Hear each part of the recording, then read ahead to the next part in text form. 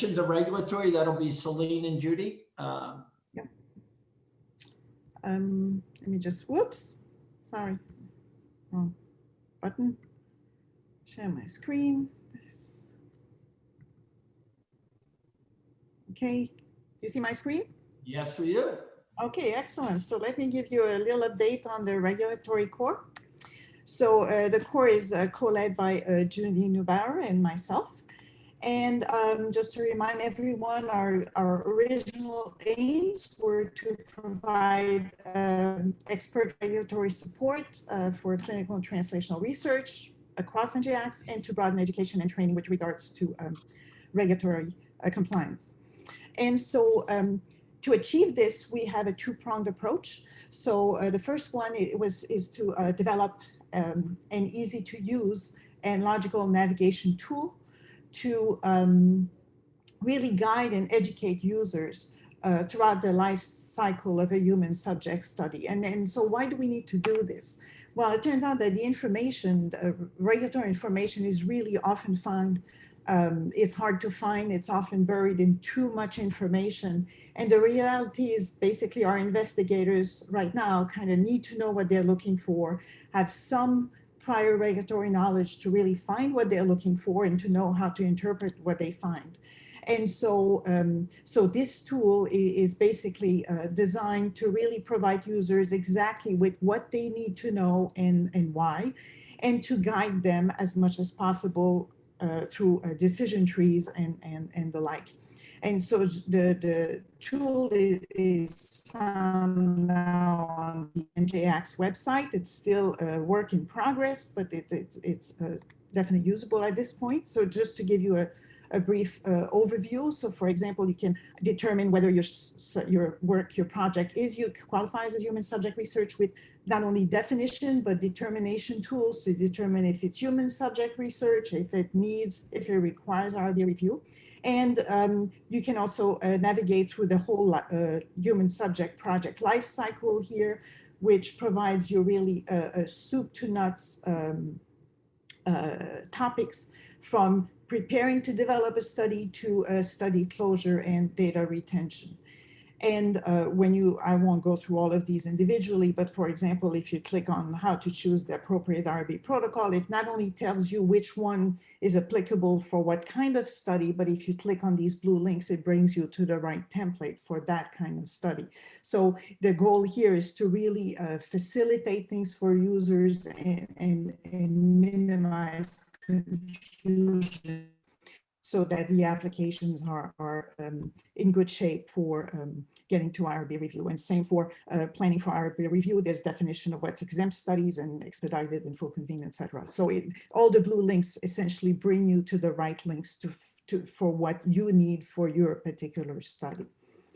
And so our plan to really make this a resource for the NGIACS community. So at this stage, we're ready to soon beta test it. We're still tweaking a few things, but we will beta test it soon with seasoned IRB users, but also with novice users to see what might be missing and what we can improve. And then our goal is then to add links to this resource, not only, of course, it's on the NGIACS website, but add links on the IRB website so that investigators that go to the IRB can access this tool to navigate through the process, to put it on the new RBHS research website, on the different schools and institutions, research websites from our NGIACS partners, and of course, announce it broadly. And within the tool, we are incorporating different tracking metrics for us to inform improvement for us, to improve the site, and also to help us identify any training or educational needs. So of course, there'll be opportunities for users to provide feedback if they are unable to find something, or if they have suggestions on how we can improve it, but also for us to better understand what is our user base, if they're students, faculty, etc., and identify where they lie, if they're within Rutgers, NGIACS, etc., and if possible, their department, so that perhaps we might be able to identify if there are particular groups that might benefit from particularly targeted training around certain areas.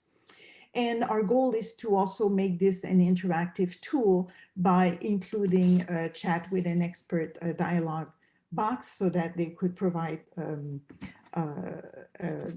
really enhance the user's experience in real time. Now, the second prong of our approach is to, as Ray mentioned in his introduction, has been to integrate regulatory affairs as part of the clinical trials office under the expert leadership of Nancy Riley. And the goal here was, so one challenge has been to have sufficient funding to hire a regulatory manager that would be part of this office. It looked like this will materialize.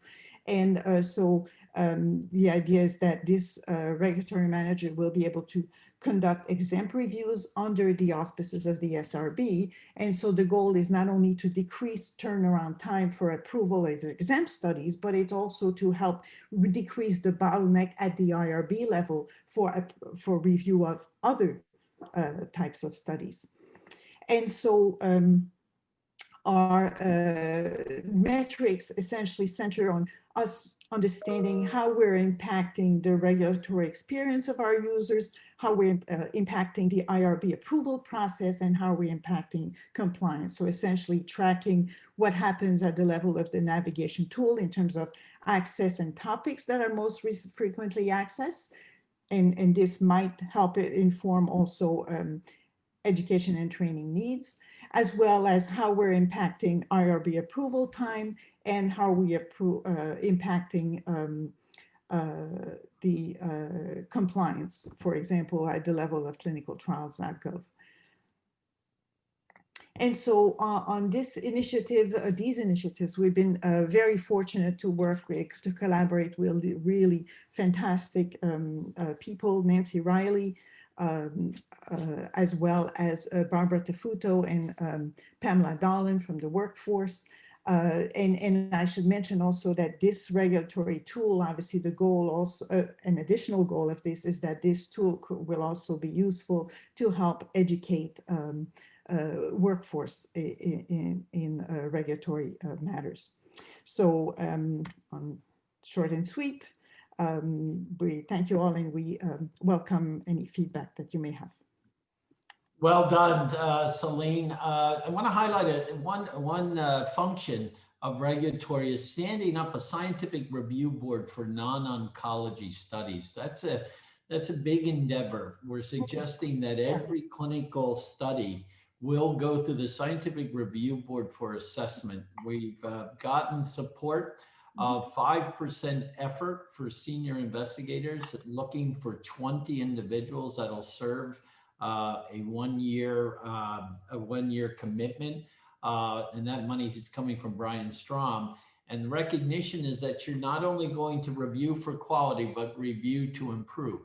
Mm-hmm. And so the concept here is a bi-directional working with the PI to formulate the best IRB protocol to de-risk failure at the central IRB. I think this model of a scientific review board works very well for cancer. So I would say we're a little bit derivative from the Cancer Institute for New Jersey, who's done this for many years. But it's a heavy lift for all the other diseases outside of cancer. But we believe this will decrease dwell time and improve education. So we're thrilled with that approach. And Celine, thanks. Are there any quick questions? Looks like we're good in the chat.